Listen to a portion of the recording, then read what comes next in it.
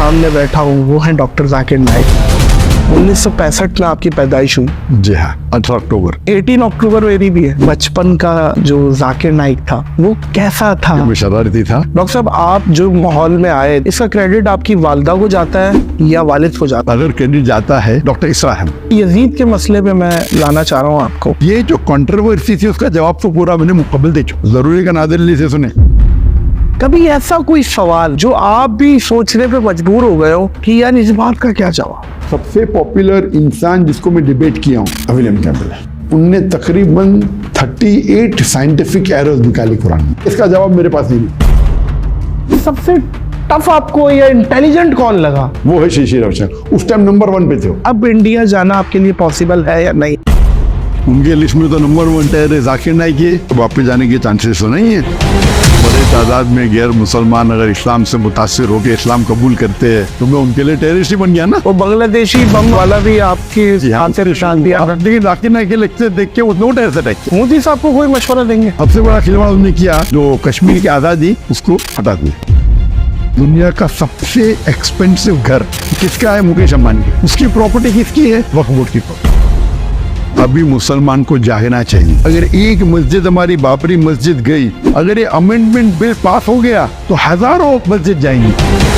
अगर आप नहीं जागेंगे आज, अल्लाह आपको दोषी ठहराएंगे। जब शाहरुख खान आपसे मिलते हैं तो किस चीज पे बात करते हैं? क्या इम्पोर्टेंट है रखना? पाकिस्तान का बात। रात में हूं नादिर अली। दीन की तबलीग करके किया पूरी दुनिया को लाइक। आज मैं जिनके सामने बैठा हूं वो है डॉक्टर जाकिर नाइक। अस्सलामु अलैकुम वरहमतुल्लाहि वबरकातुहू। वालेकुम अस्सलाम वरहमतुल्लाहि वबरकातुहू। Dream comes true. डॉक्टर साहब, आप बिलीव करें कि मैंने जब पॉडकास्ट फॉर्मेट को शुरू किया तो कुछ मैंने टिक मारे थे नामों को कि ये मैं अल्लाह करे एग्जीक्यूट हो जाए।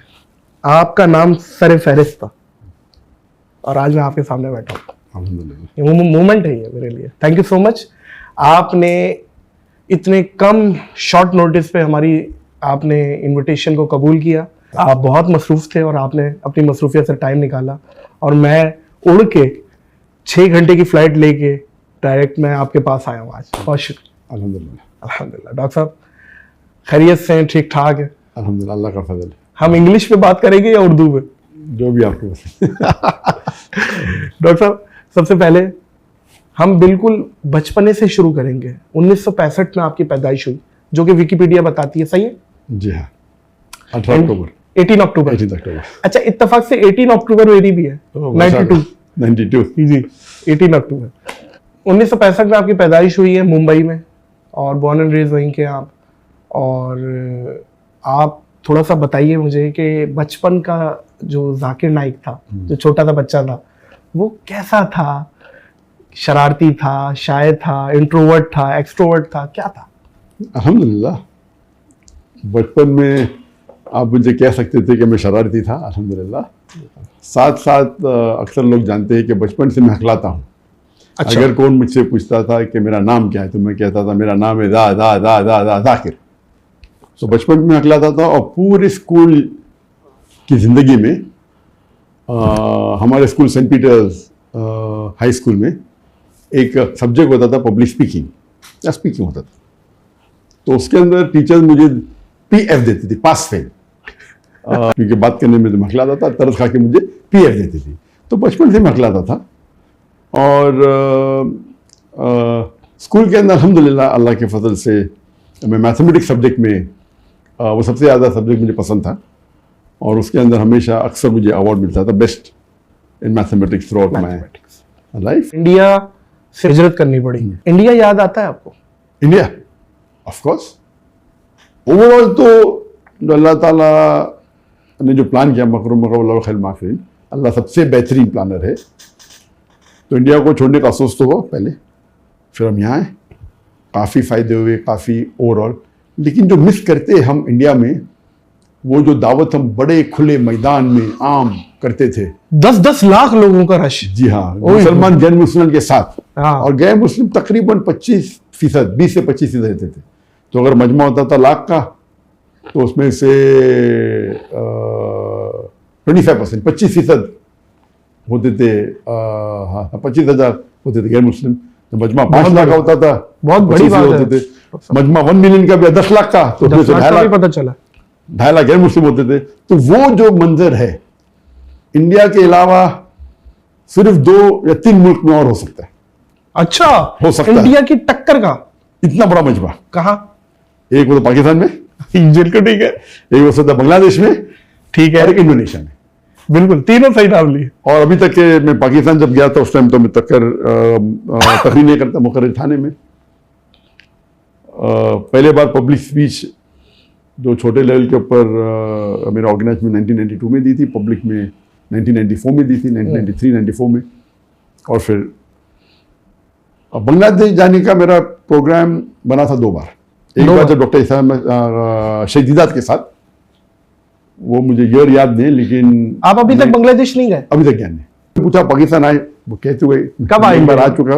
आप कब आएंगे? नेक्स्ट प्लान मेरी हुई थी जब मैं हिजरत किया 2016 में हिजरत किया। यस, मेरा मौका तो हो सकता है कि अभी कुछ महीने बाद वापस जाऊं, 1 साल बाद, 2 साल बाद। तो जब 3-4 साल बाद पता लग गया कि अभी जाने के तो चांसेस नहीं है इंडिया, तो मैं डिसाइड किया अभी पाकिस्तान जा सकता हूं। तो 2020 के स्टार्टिंग में या 2019 के एंडिंग में जब डिसाइड किया कि अभी इंडिया जाने के चांसेस तो बहुत कम है, अभी पाकिस्तान जाने में कोई हर्ज नहीं, पाकिस्तान में तो वेलकम करेंगे, काफी दावत है, काफी लोग जानते हैं। जितने सर एक सवाल बनता है मेरा, जी हाँ। और ये इंडियन ऑडियंस जो संजीदा ऑडियंस है उनसे भी सवाल है कि एक ऐसा शख्स जो कि मैं समझता हूं कि इस उम्मत में इस टाइम इंटरनेशनली कंपैरेटिवली रिलीजन्स को इतना अच्छा समझते हैं, जो शायद जिसकी मिसाल ना मिलती हो इंडिया में, मतलब मुझे ये समझ नहीं आ रहा कि क्यों नहीं आप जा सकते? आपका घर है, मतलब आप मक्का में हैं और आपको पता चल रहा है कि इंडिया में ये हो गया और आप मक्का से जाते ही नहीं अपने घर और आप मलेशिया शिफ्ट हो जाते हैं। ये थोड़ा सा इस चीज को बताएं, ये क्या था? पाकिस्तान क्या आने की threats डिमांड थे वहाँ नहीं से? थी। पहले पाकिस्तान आने के लिए पाकिस्तान वीजा मिलना मुश्किल है, लेकिन मेरे लिए बहुत आसान था। सब लोग जानते हैं, मेरे वालिद भी जानते हैं। तो पाकिस्तान वीजा मिलने तो मेरे लिए तो एक फोन कॉल था, ठीक है, तो मुमानियत तो थी नहीं। जाना चाहता तो जा सकता था, और मैं 91 में गया था। लेकिन जो मैं दावती काम कर रहा था, तो इस्लाम का उसूल है, शरिया का उसूल है, let a small loss take place to prevent a big loss. एक छोटी नुकसानात को उठा लो बड़ी नुकसान को बचाने के लिए। अगर मैं पाकिस्तान जाता था तो हो सकता है मेरा इदारा बंद हो जाता था, तो कुछ इल्जाम लगाते थे कि ISI के साथ जुड़ा हुआ है। जी जी, तो वो डर के वजह से मैं नहीं गया। ऐसा मैं तो पाकिस्तान में से मोहब्बत करता हूँ। बाहर जब जाता था, मैक्सिमम दुनिया में अगर कोई भी एम्बेसडर से मिला, वो पाकिस्तानी एम्बेसडर, जो भी मुल्क में जाता हूँ तो ग्रेट चांसेस, चाहे वो सऊदी अरेबिया हो, UAE हो, बहरीन हो, गल्फ कंट्री हो, फॉरेन किधर भी जाते थे तो पाकिस्तानी एम्बेसडर से तो मुलाकात होती थी, खाना का मिलने आ जाता, और पाकिस्तानी लोग से तो मोहब्बत थी। लेकिन एहतियातन मैं खुद माहौल जब देखा तो इसीलिए खुद मैंने आप नहीं गया। अब लेकिन क्या चांसेस हैं डॉक्टर साहब इंडिया के वापसी तो के? इसीलिए 2019 में जब मेरा इरादा हो गया कि वापस जाने के चांसेस तो नहीं है, तो मैंने कहा अभी पाकिस्तान जा सकते हैं हम। तो मेरी प्लानिंग थी 2020 में एंडिंग में आने की पाकिस्तान, और मैं लोग से कांटेक्ट किया तो पूरा हो गया था प्लान। तो ये 2020 के स्टार्टिंग में प्लान हुआ, और बड़े बड़े जो गवर्नमेंट के लोग सब अग्री किए। लेकिन आ गया कोविड आ गया। तो इंशाल्लाह अल्लाह चाहो तो मैं चाहता हूँ इस साल आए, इंशाल्लाह होपफुली दुआ करिएगा मौजूद खबर तीनों हजरात, आप लोग भी, कि डॉक्टर साहब पाकिस्तान आए। डॉक्टर साहब मेरा सवाल वही रह गया, अब इंडिया जाना आपके लिए पॉसिबल है या नहीं है? इंडिया जाना तो एकदम आसान है, बाहर निकलना मुश्किल है। जाना तो इन्होंने रेड कार्पेट देगी, बुझाओ भाई आओ, अच्छा अंदर आओ, जेल में बैठो, अरेस्ट कर लेंगे वो, जाहिर है। अच्छा, उनके लिस्ट में तो नंबर 1 टायर है जाकिर नाइक के।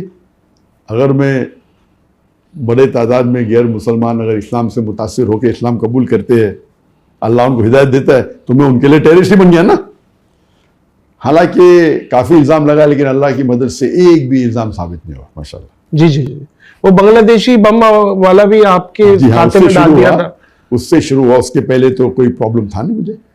लेकिन बांग्लादेश के अंदर 1 जुलाई 2016 में एक धमाका हुआ, एक टेररिस्ट अटैक हुआ, जिसमें 4 या 5 टेररिस्ट इन्वॉल्व थे और कोई 21-22 फॉरेनर लोग की मौत हुई। उसके अंदर एक जो टेररिस्ट था वो मेरे फेसबुक का फॉलोअर था। अंदाजा लगा। बांग्लादेशी न्यूज़पेपर एक 3 जुलाई को information the, one of the terrorist was the follower of doctor Zakir Naik on the Facebook. Indian media ने उसको ट्विस्ट की जी, और बोले ही वॉज इंस्पायर्ड। एक फॉलोअर होना अलग होता है और एक इंस्पायर्ड मुतासिर होके टेररिस्ट एक्ट करना अलग होता है, और एक फॉलोअर होना चाहिए। तासुर दे दिया कि आपका साथी है। हाँ, लेकिन जाकिर नाइक के लिखते देख के उसने टेररिस्ट अटैक किया इनडायरेक्ट। तौबा है। तो इंडिया मीडिया में और उस टाइम वो हफ्ते में अल्हम्दुलिल्लाह maximum search name in the world was Zakir Naik. आप ढूंढे क्यों Zakir Naik every day about 40-50 newspaper में और इंडियन न्यूज़पेपर तो मुझे ओवरनाइट सर बिकते हैं। गवर्नमेंट ने मुझे और फेमस बना दी। तो इसीलिए मैंने कहा जज़ाकल्लाह। जज़ाकल्लाह। और जज़ाकल्लाह मतलब अल्लाह उनको जज़ा दे। जो लोग अरबी जानते हैं वो समझ गए मैंने क्या कहा। इंग्लिश में थैंक यू भी कहा, नो प्रॉब्लम। लेकिन एक जज़ाकल्लाह अलग होता है और एक जज़ाकल्लाह खैर अलग होता है। जज़ाकल्लाह मतलब अल्लाह उनको जज़ा दे, जैसा किया, अच्छा का अच्छा, बुरा का बुरा। वाह। इसलिए अगर मैं कोई मुसलमान अगर अरब से कहूंगा जो अरबी जानता है और इस्लाम जानता, जज़ाकल्लाह, बोले क्या गाली है? मुझे क्या गाली भी हो सकती, गाली है नहीं, हो सकती है, लेकिन क्या मैंने कोई गलती किया? तो जज़ाकल्लाह मतलब अल्लाह उनको जज़ा दे। तो अगर कोई गलत काम किया उसके लिए भी हो सकते। तो सही में अगर किसी को आप शुक्रिया अदा करना चाहते होना चाहिए जज़ाकल्लाह खैरन, अल्लाह आपको जज़ा दे आपके अच्छे काम का। बिल्कुल सही है, दुरुस्त। तो एक बात है कि मोदी से मुझे बहुत फायदा भी हुआ अल्हम्दुलिल्लाह। इज्जत नहीं करता था मैं, और इज्जत करने से बहुत फायदा हुआ। अल्लाह ताला का ये प्लानिंग है। अल्लाह ताला जो प्लानिंग करता है, तो जो लोग इस्लाम के दुश्मन है तो उनसे भी बहुत से अच्छे काम करवा लेता है। मोदी साहब को कोई मशवरा देंगे? उनको तो बहुत मशवरा दे दिया मैंने। क्या कहेंगे मोदी साहब इस टाइम इंडिया के लिए कैसे हैं आपके नजदीक? क्या अभी तो 10 साल तो बहुत रूल किया। अभी ये इलेक्शन के अंदर जरा उनकी पॉपुलैरिटी कम हो गई, हुई है, बहुत कम हो गई कंपेयर टू बिफोर। उन्होंने कहा था, उनकी पार्टी ने और वो खुद कहा कि हम 400 पार करेंगे। 543 सीट से 543 543 सीट से उनको 400 से ज्यादा मिलने वाले थे। अल्लाह की मदद से 50% भी नहीं मिले उनको। पहले इलेक्शन में 50 से ज्यादा मिले थे, 52-53% विद कोएलिशन हो गए थे। फर्स्ट इलेक्शन 2014 की बात कर रहा हूं मैं। डायरेक्ट अल्हम्दुलिल्लाह उनकी पार्टी अकेले 50% क्रॉस की, 50 या 55%, एंड विद कोएलिशन 59 हो गई थी। और सबसे बड़ा खिलवाड़ उन्होंने किया, वो 370 आर्टिकल को उन्होंने बैन कर दी, निकाल दी, और कश्मीर की आज़ादी उसको हटा दिया। और उस वक्त ये चल रहा था, जब 370 निकालने के पहले कुछ महीने पहले उनने अपने एक सबॉर्डिनेट, एक एमिसरी इंग्लिश में बोलते, एक आदमी को भेजा मुझे मिलने के लिए मलेशिया में। तो मिलना चाहते थे, मैं बोला कोई प्रॉब्लम नहीं। तो हमने 5 स्टार होटल में मुलाकात की इधर मलेशिया में, पुत्रजाय में। मैंने बोला आपको कौन भेजा है? तो बोला डायरेक्ट मुझे मोदी जी और अमित शाह ने भेजा, प्राइम मिनिस्टर, होम मिनिस्टर। ये कभी की बात है 2018, जब ये 370 आर्टिकल निकला कश्मीर का, उसके कुछ महीने पहले। सही 18 था या 2018, तकरीबन 19 जो भी था। तो क्या बात हुई इस पर? उन्होंने कहा कि हम आपके हमारे बीच में दरमियान मिसअंडरस्टैंडिंग हटाना चाहते। सही। तो मैंने कहा मेरे हिसाब से अगर मुझे कोई दुनिया में मेरे फैमिली के बाद अच्छी तरीके से जानता है, वो आपकी इंटेलिजेंस है। मेरे फैमिली के बाद अगर मुझे कोई एकदम गहराई से जानता है, वो आप लोग हैं। मेरी जिंदगी तो एक ओपन बुक है, खुली किताब है। वो अलग बात है कि आपको मेरे काम पसंद नहीं आते, लेकिन मैंने कोई भी कॉन्स्टिट्यूशन का एक भी हिस्सा I have not broken any law of Indian government. वो पैचअप करना चाह रहे थे आप लोग? हाँ बिल्कुल से। क्यों? तो बात तकरीबन हुई 5-6 घंटे तक। अच्छा। लंच भी किया अपने साथ में। तो बोले नहीं आप इतने मशहूर है, हम आपके साथ होना चाहते हैं, हम चाहते हैं आपको एकदम वापस इंडिया बुलाए, एकदम पूरे विद फुल। आप इतने मशहूर, आप इतना अच्छा काम कर रहे, आपकी नॉलेज क्या है दिन के बारे में, आप हिंदुइज्म की नॉलेज रखते हैं, ब्ला ब्ला ब्ला। तो मैं बोला आप चाहते क्या है? बोले कुछ नहीं, हम चाहते ट्रैप तो नहीं था डॉक्टर साहब के आए तो पकड़ लो, अल्लाह वालों। अच्छा। तो मैंने बोला कि आप चाहते क्या है? नहीं हम सिर्फ चाहते हैं कि हमारे ताल्लुकात अच्छे हो जाए। तो मैं उन्हें साफ कहा कि देखो आप अगर मुझसे कुछ काम लेना चाहते हैं, मैं मेरे देश के लिए, मुल्क के लिए काम करने को तैयार हूं। मेरी 2 शर्तें। एक शर्त है, जो आप मुझे कहेंगे वो कुरान और हदीस के खिलाफ नहीं होना चाहिए। नंबर 1 शर्त, अल्लाह और अल्लाह के रसूल टीचिंग के खिलाफ नहीं होना चाहिए। वाह। और नंबर 2, मुझे आपके पैसे की जरूरत नहीं। अगर ये 2 शर्त पूरी हो जाती, आप जो मुझसे काम लेना चाहते, मैं मेरे मुल्क के लिए हाजिर हूं। फिर तो उन्होंने बोला वेरी गुड, नो प्रॉब्लम। तो गुफ्तगू हुई, काफी गुफ्तगू हुई। आप चाहते क्या? नहीं कुछ नहीं, हम कोशिश करेंगे अभी आपको वापसी आने के लिए। उस वक्त तो कुछ कहा नहीं, लेकिन एकदम पैचअप कर लिया ऐसा कि अभी हम with in couple of months आप वापस आ सकते। मुझे उम्मीद तो थी नहीं। मैं बोला अगर आप, फिर मुझे कहने लगे वो आदमी, शख्स जो आया था उधर से, दिल्ली से, कि हम चाहते हैं कि आप हमारी गवर्नमेंट को सपोर्ट करो कश्मीर इशू पे, कि जो हम 370 आर्टिकल को निकाले वो सही है। तो मैंने कहा ये तो नामुमकिन है, मैं मेरे मुसलमान भाइयों के साथ गद्दारी कर ही नहीं सकता। जो मुसलमान कश्मीर में, उनका हक है फ्रीडम, और जो ने मुआहदा किया है उसके तहत रहे तो कोई प्रॉब्लम नहीं। Article 370 the part of the it's a constitution, इसके अंदर दे हैव गॉट फ्रीडम। कुछ चीज़ के अंदर ऑटोनॉमी है, कुछ चीज़ के अंदर वो साथ में इंडियन गवर्नमेंट के है। लेकिन आप अगर कहीं ऑटोनॉमी को निकाल देंगे, वो तो जास्ती है उनके ऊपर। इंडिया को इंडिपेंडेंस जब मिला, काफ़ी ऐसे जो पार्ट्स ऑफ इंडिया है जो ऑटोनॉमस, इसमें तो मैं कुछ कर नहीं सकती। तो ये तो कुरान के खिलाफ है, हदीस के खिलाफ है, मेरे मुसलमान भाई का गद्दारी है। उनका रिएक्शन? तो नहीं ऐसा मत, वैसा कुछ लिखो, मैं आउट ऑफ द क्वेश्चन। हाँ, ये बोल सकता हूँ क्या गलत हो रहा है, ये बोल सकता हूँ क्या गलत हो रहा है, and I am totally against it. ठीक है, उनका स्टाइल था, ये बीजेपी गवर्नमेंट का स्टाइल है कि मुसलमान को अगर जो चाहते हैं अपने काम कराने के लिए, चाहे उलमा हो, चाहे बिजनेसमैन मुसलमान हो, कोई भी हो, या अगैर मुस्लिम हो, वो पहले आके प्यार से बात करते, फिर कोशिश करते पैसे देके खरीदने की। नहीं खरीद जाता धमकी देते, अंदर कर लेंगे। ये उनका फॉर्मूला है, प्यार से करके तारीफ करो, हम तुमको फायदा देंगे। नंबर 2, पैसे देके खरीद। अक्सर ये पहले 2 में अक्सर लोग मान देते। तीसरा है, नहीं करेंगे तो हम ईडी के रेट डालेंगे, इनकम टैक्स के रेट डालेंगे। तो मेरे साथ तो सब कुछ कर लिया उन्होंने, मुझे प्रॉब्लम ही नहीं। पुलिस भेजे, ईडी भेजे, ये भेजे, नंबर 1 टेररिस्ट कह दिया। तो मैं थैंक यू बोलता हूँ कि लोग, मुसलमान में तो काफ़ी लोग, अक्सर लोग जानते थे इंडिया में, गैर मुस्लिम में भी जानते थे। लेकिन मोदी के बाद ये गोदी मीडिया जो है, वो जो मुझे हमेशा मीडिया पे आने की वजह से, अभी तो माशाअल्लाह बहुत small percentage non Muslim India में होंगे जो मुझे नहीं जानते। नहीं, मुझे नहीं लगता कि नहीं जानती होगी, बहुत कम होगी। तो ये उनकी बदौलत है। और उसके बाद लेकिन जब भी मैं ट्रैवल करता हूँ, चाहे मलेशिया में हो या बाहर हो, गैर मुसलमान अब भी मुझसे मोहब्बत करते हैं। उनका मेन प्रॉब्लम था कि जब मुसलमान में लेक्चर में आते वो अलग बात है, लेकिन मुतासर होके वो इस्लाम की जो गलत फहमी दूर हो जाते, और काफ़ी लोग इस्लाम भी कबूल करते। तो उसकी वजह से उनका नुकसान हो रहा था, हिंदुत्व का जो स्टेटमेंट था ना। और फिर बाद में NEC एक्ट आ गया, वो बिल पास हो गया, वो चाहते थे उसके अंदर भी मैं सपोर्ट करूँ। मैं आउट ऑफ द क्वेश्चन।